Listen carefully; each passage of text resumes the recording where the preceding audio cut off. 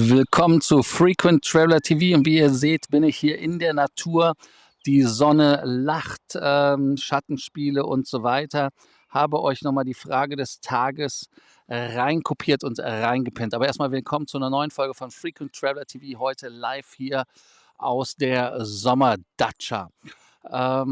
Thematisch haben wir heute auch einige Themen für euch vorbereitet. Da muss ich doch direkt einmal den Bildschirm wieder ändern. Natürlich die Airbus A350, die haben die Livery beziehungsweise die Livery bekannt gegeben, in der die A350F als Testflugzeug durch die Welt geht. Dann haben wir als Thema auch den Kollegen, der die Superjet 100 in Moskau, ich glaube Sheremetyevo war das, auf die Bahn geschmissen hat. 41 Passagiere haben den Tod gefunden, Knast. Also komplett krasse Nummer. Dann geht es weiter mit Brussels Airlines. Auch Brussels Airlines hat ein Rad ab oder verliert ein Rad. Ist irgendwie jetzt modisch bei Flugzeugen geworden, dass man auch Räder nicht dabei hat. Weiter geht es mit Lufthansa und der SITA. Die wollen das Kofferchaos für uns als Passagiere angenehmer machen, denn Kofferverlust ist die größte Angst, die wir haben als Passagiere. Kostenloses Internet, welche Fluggesellschaften bieten das? Und wir haben natürlich einen Deal-Zone-Deal. Business Class Paris nach Dubai mit dem Türken für 1169 Euro. Geiler Preis, oder? Also, Frage des Tages haben wir auch. Wir haben dann natürlich eure Fragen. Folge 181 heute hier aus der Natur. Ich wollte das Bild eigentlich auch in der Zeit natürlich einmal ein bisschen näher schieben, ein bisschen spielen. Ne? So, hier, jetzt zoomen wir einfach mal ran. Muss auch mal mit einem Auge gucken, wie weit wir zoomen. So ist es doch hübsch. Ne? In der Zeit könnt ihr den Kanal abonnieren, die Glocke anmachen, Like dalassen, aber auch ganz, ganz wichtig, kommentieren. Ja, und T-Shirt kaufen mit unserem Kanal-Slogan, hätte ich fast gesagt. Lufthansa, give me your love. Und wir haben dann natürlich noch das Thema Kanalmitgliedschaft, da könnt ihr auch noch was machen. So, 3 Minuten 18, da haben wir doch schon das erste Thema. Und zwar Airbus hatte ein Preisausschreiben gemacht, wo die Leute mitgemacht haben. 4000 Leute hatten sich daran beteiligt, eine Livery muss ich ja sagen, zu promoten. Und ich gebe euch mal ein Bild vom Gewinner. Das finde ich auch relativ krass. Ups, was hat er denn jetzt gemacht? Da ist er jetzt wieder. Also ich habe irgendwas gedrückt. Ich hoffe, ich bin wieder da. Das ist einmal das Bild Nummer 1 und da ist es so, man sieht das ganz schön, dass die 350F als Paket bemalt wurde. Hinten natürlich noch das ikonische Carbon, was man dort immer dann stilisiert hat. Kennen wir ja von den anderen Maschinen. Und dann natürlich von der anderen Seite den Flieger nochmal. Wie findet ihr die Livery? Ja, ich habe das jetzt gelernt, dass ich Livery sage, so wie ihr gelernt habt, dass man Cutter ohne U schreibt. Ich finde es relativ cool, die Idee, dass man die Frachtmaschine mit diesem Gepäck macht oder mit diesem Paket macht vielmehr. Es ist eigentlich eine Mischung aus 2 Einsendungen. Das heißt also, man hat bei Airbus jetzt in Paris auf der Airshow den zweiten und den ersten irgendwie zusammengemischt, damit man dieses als Ergebnis hat. Da könnt ihr mal schreiben, wie ihr das findet und sagen, ob das toll ist aus eurer Sicht. Weiter geht es dann mit dem Thema Bruchpilot. Und zwar ist das so, es gab ja diesen Unfall und da gibt es ja viele Videos. Wer möchte, kann mich fragen im Kanalchat. Da gibt es den Link, den werde ich euch da rein legen. Also das heißt für Kanalmitglieder. Und da könnt ihr das nochmal angucken. Das sind so Zusammenschnitte. Und das war 2019 der Unfall. Dieser Unfall ist schon relativ krass gewesen, weil 41 Menschen gestorben sind. Den Feuerball, den ihr auch auf dem Thumbnail gesehen habt, der ist ja relativ krass und eindeutig. Der Kapitän der Maschine, der das Ding geflogen ist, muss 6 Jahre in eine Strafkolonie. Das heißt also, es ist nicht wie bei uns in Deutschland irgendwie so ein Knast wie in Weiterstadt, der mehr so an einen Wellnessbereich erinnert. Das ist richtig knallhart Sibirien. Und der Moskauer Flughafen Sheremetyevo, da hat sich der Flug 1492 Aeroflot abgespielt. Die Piloten gingen Notfallchecklisten durch, um die Notlandung durchzuführen. Da machten sie jedoch Bedienungsfehler. Es wurde halt ignoriert, Warnung vor Scherwinden, wie es im offiziellen Untersuchungsbericht heißt. Die MAC ist die Behörde, die das macht. Man hat dann nicht nur unsanft eine Landung hingelegt, sondern es hat sich dann natürlich 5,85 G auf das Fahrwerk des Superjets bewegt und damit ist es wirklich so einmal komplett durch und dann ist natürlich der Tank aufgerissen und hat das Desaster gemacht. Schaut es euch an, es sind immer noch krasse Bilder, auch wenn es schon so lange her ist. Naja, auf jeden Fall, der Pilot für den Flug hat den Untersuchungsbericht dort kritisiert, weil er sagt, das wäre nicht in Ordnung. Und ich denke mal, auch in der westlichen Welt wäre so ein Outcome aus so einer Untersuchung nicht wirklich möglich gewesen. Wir haben ja den einen Piloten, der seinen Schein verloren hat, der die Airbus 310er, glaube ich, war das, von der Hapag-Lloyd in Wien reingesegelt hat, weil er das Fahrwerk nicht reingefahren hat. Fliegerisch eigentlich eine Meisterleistung, wenn man ehrlich ist, aber komplett Banane, wenn man tausende Kilometer fliegt fast, um mit einem Flugzeug nicht zu landen, wenn das Fahrwerk draußen ist, weil das Fahrwerk dort durchaus mehr Spritverbrauch verursacht. Ich weiß nicht mehr die Zahl ganz genau, wie viel es war. Nichtsdestotrotz ist es so, dass man dann, wenn man aber nicht so Dusseligkeiten begeht, diese Fehlerkultur im Cockpit ja geradezu ja, kaputt macht, weil Aviation lebt ja davon, dass man Fehler, die man macht, bespricht und dass diese Fehler dann auch publik gemacht werden, damit man diese Fehler nicht nochmal macht. Und das finde ich jetzt relativ krass, dass man da in Khimki, das ist der Bezirk in Moskau, wo der verurteilt worden ist, dort so ein Urteil gesprochen hat. Also ich finde das alles nicht in Ordnung. Er muss auch 1,5 Millionen Rubel an die Opfer zahlen wegen immateriellen Schäden. Jetzt denkt man natürlich, 1,5 Millionen Rubel sind richtig Geld, sind leider immer noch 16.000 Euro. Also ich verstehe es nicht und deshalb sind die 700 Strafkolonien, die es in Russland gibt, kann man sich auch nicht vorstellen, sind harte Lebensbedingungen. Das ist auch kein Ausflug. Also das ist schon relativ krass. Aber die Frage des Tages an dieser Stelle ist, krasser Unfall, krasse Strafe, habe ich geschrieben. Ist das gerecht? Was ist eure Meinung dazu?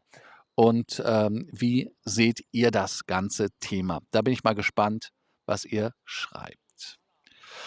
Wir haben dann heute auch schon wieder ein Thema mit Reifen. Und da muss man dann auch wieder sagen, die Freunde bei Austrian Airlines, die haben, Quatsch, Austrian sei schon, bei Brussels Airlines, die haben ja auch kein Glück. Da fliegt denen ein Reifen weg und irgendwie ist das halt jetzt immer in Mode gekommen. Ich schicke euch mal auf den Sender jetzt ein paar Bilder.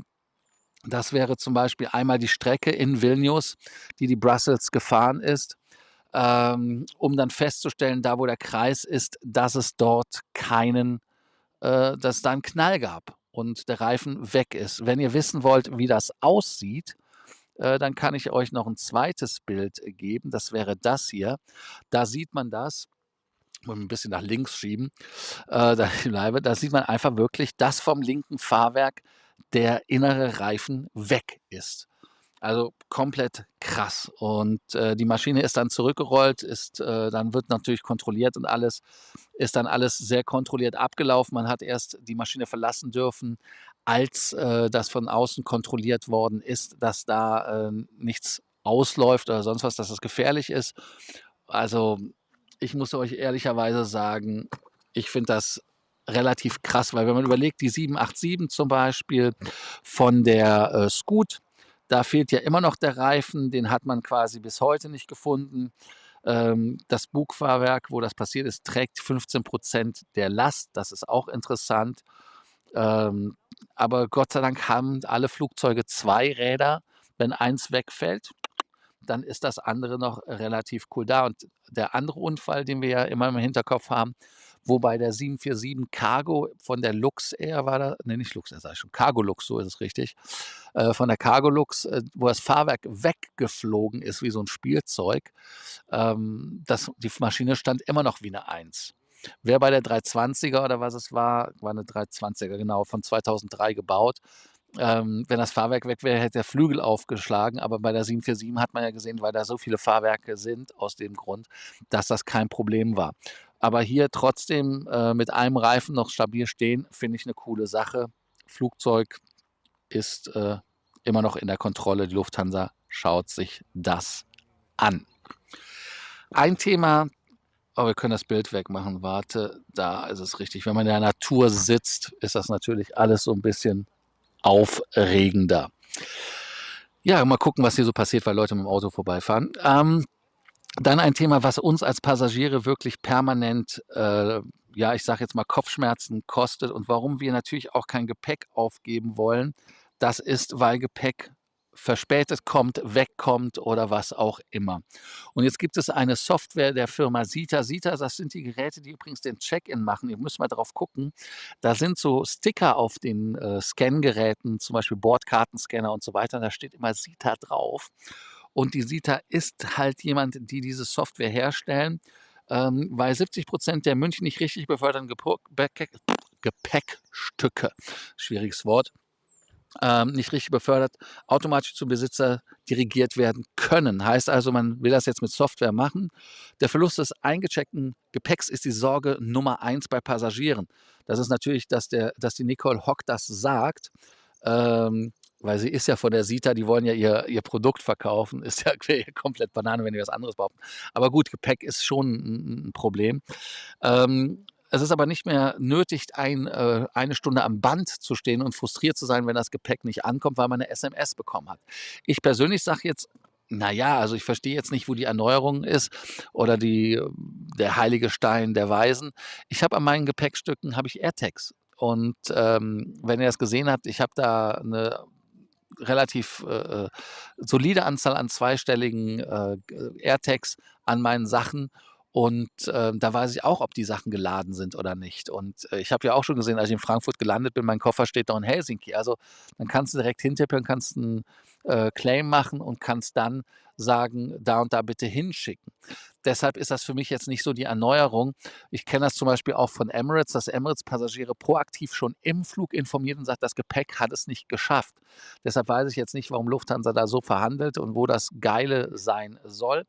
Da könnt ihr ja auch noch mal kommentieren und sagen, das ist etwas, was, in euren Augen eine coole Geschichte ist oder es macht keinen Sinn, weil es mit AirTags besser geht. Also, ich finde das lustig, dass das jetzt gemacht wird und als der letzte heiße Scheiß verkauft wird, aber man hat ja da eigene Lösungen. Da könnt ihr ja auch noch mal kommentieren. Ich bin mal gespannt, was ihr dazu zu sagen habt. So, dann geht es weiter. Internet kostenlos. Es gibt Fluggesellschaften, wo es kostenloses Internet gibt, aber wichtig ist bei diesen ganzen Internetgeschichten, dass ihr Mitglieder seid bei dem Programm. Und dann lasst uns doch mal einfach mal schauen, bei wem es solche Internet kostenlos Aktionen gibt. Da brauchen wir fangen wir einfach mal an und gucken mal an den Golf, weil am Golf ist es ja so, dass dort natürlich die Fluggesellschaften am meisten Luxus bieten und da ist Wi-Fi ganz klar.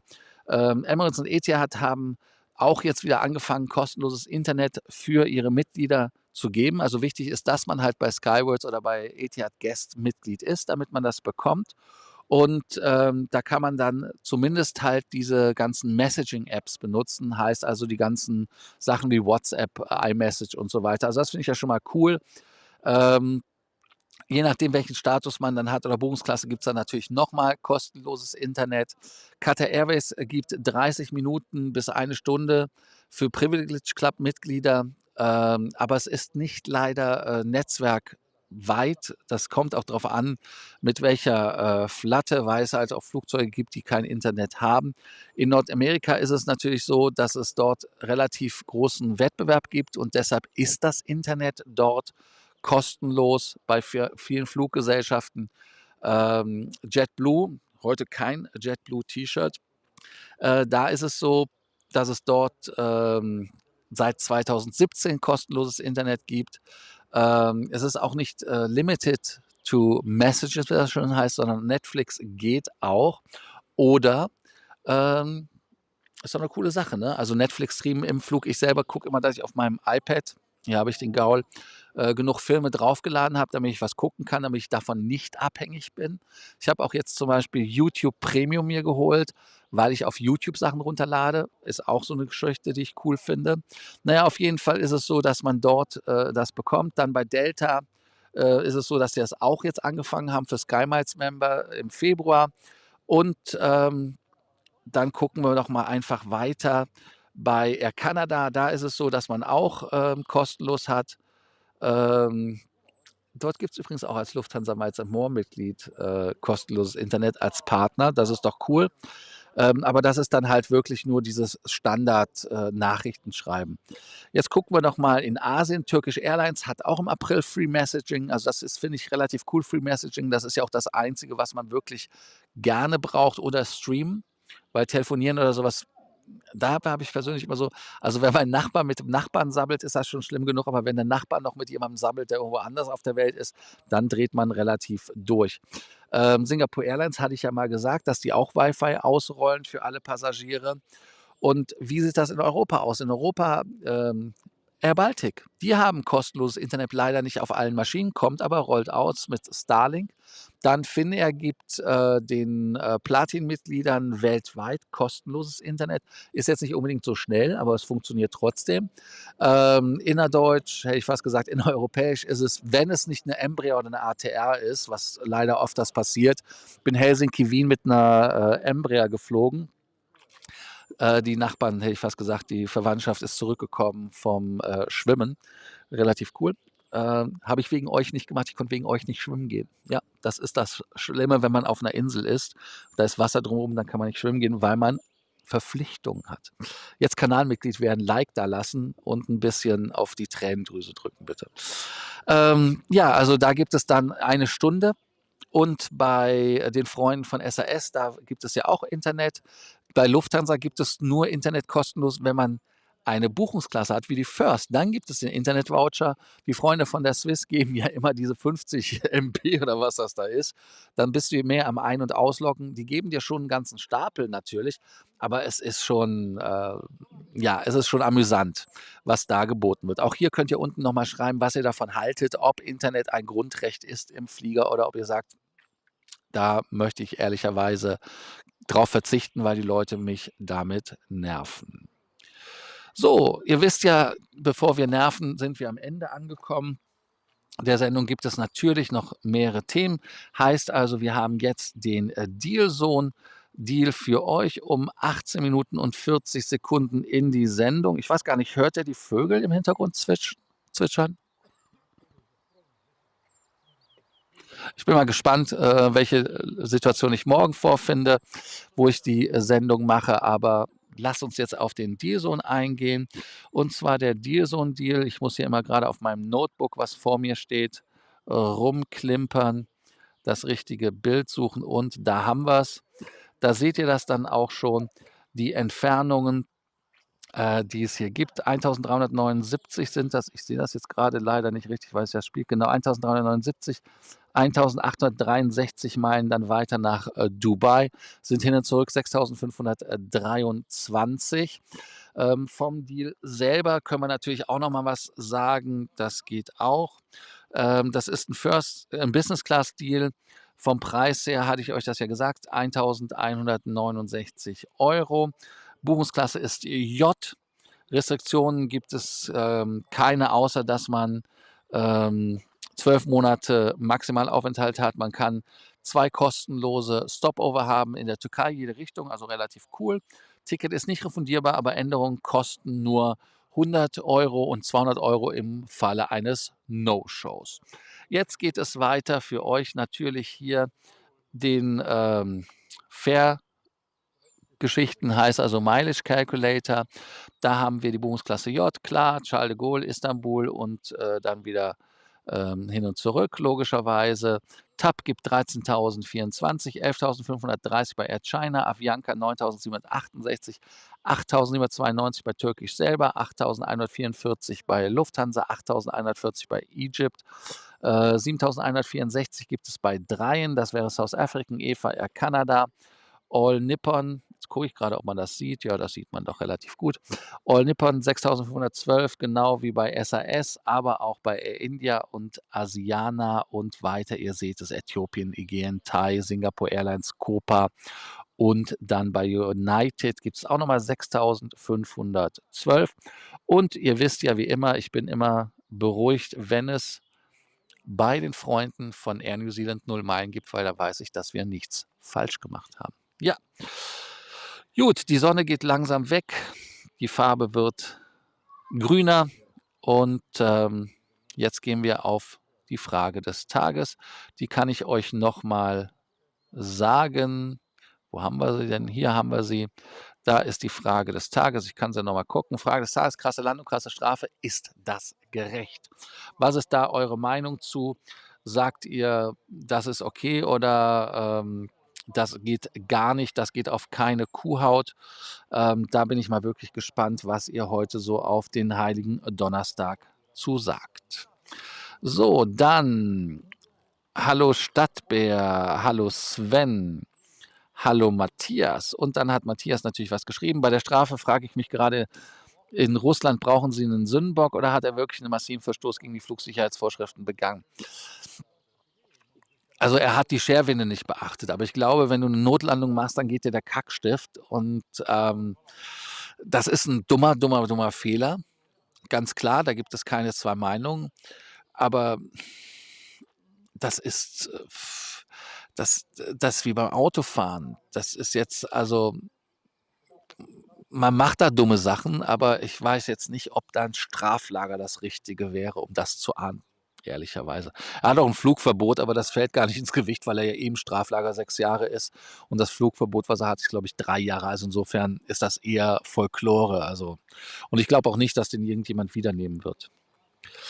Dann geht es weiter mit Ronny, hallöchen. Dann haben wir hier natürlich die Frage nach dem First Officer. Es sind ja immer 2 im Cockpit. Kann ich ja ehrlicherweise nicht sagen, das ist mit dem Kapitän. Und ich habe halt immer wieder den Spruch, die Verantwortung ist am linken Sitz festgeschraubt. Also das heißt, links ist halt immer der Arsch. Deshalb hat er 4 Streifen. Also das ist so die Geschichte. Ich weiß zum Beispiel aus Dubai, wo die 777 auf die Landebahn geschmissen worden ist, auch ein Pilotenfehler. Kapitän ist geflogen, ein Local Emirati.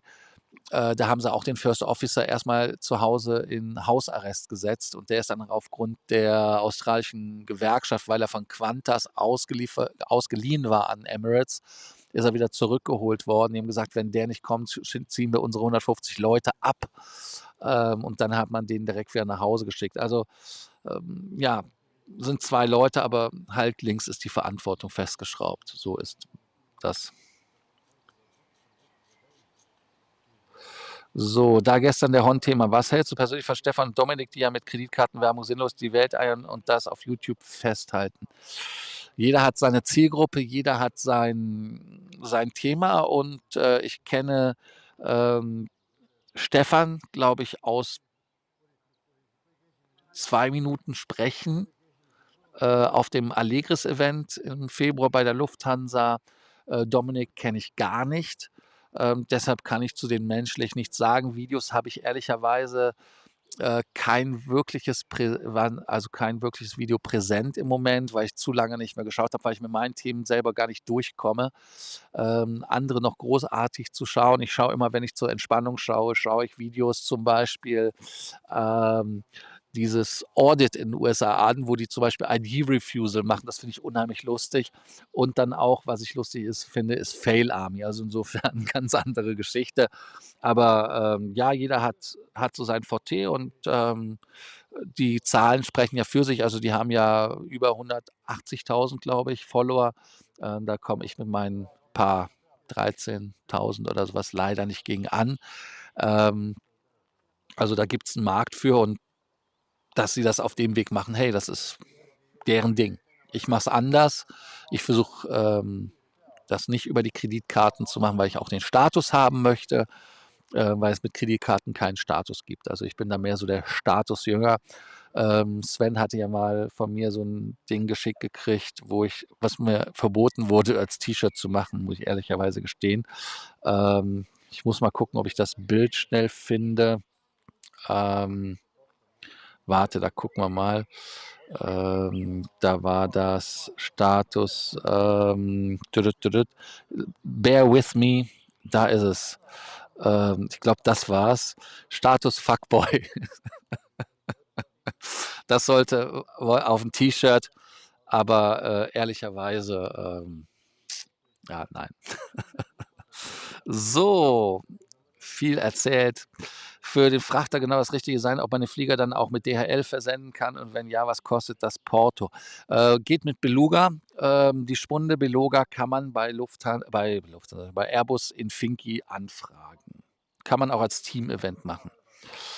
Und natürlich hallo, Roland, hallo Thorsten. Bei TK, genau, Abgold Echo 500 MB. Das ist ja mal was Geiles. Ich erinnere mich nicht mehr an den Fall. Schuld, okay, ist beantwortet. Ja, habe ich beantwortet. Ja, danke, dass ihr heute Abend hier dabei wart bei Frequent Traveler TV. Denkt dran, den Kanal zu abonnieren. Danke für eure Likes und vor allem aber auch, dass ihr geschaut habt. Bis morgen wieder in Alter und in Frische. Ähm, Bin mal gespannt, dass es morgen mit dem Netz auch so hält. Bin bis Montag hier auf der Insel. Ansonsten Dienstag dann in Francoforte zum Allegris-Event. Da haben wir ja auch Stammtisch und ich freue mich, euch zu sehen. Also bis dann. Ciao, ciao.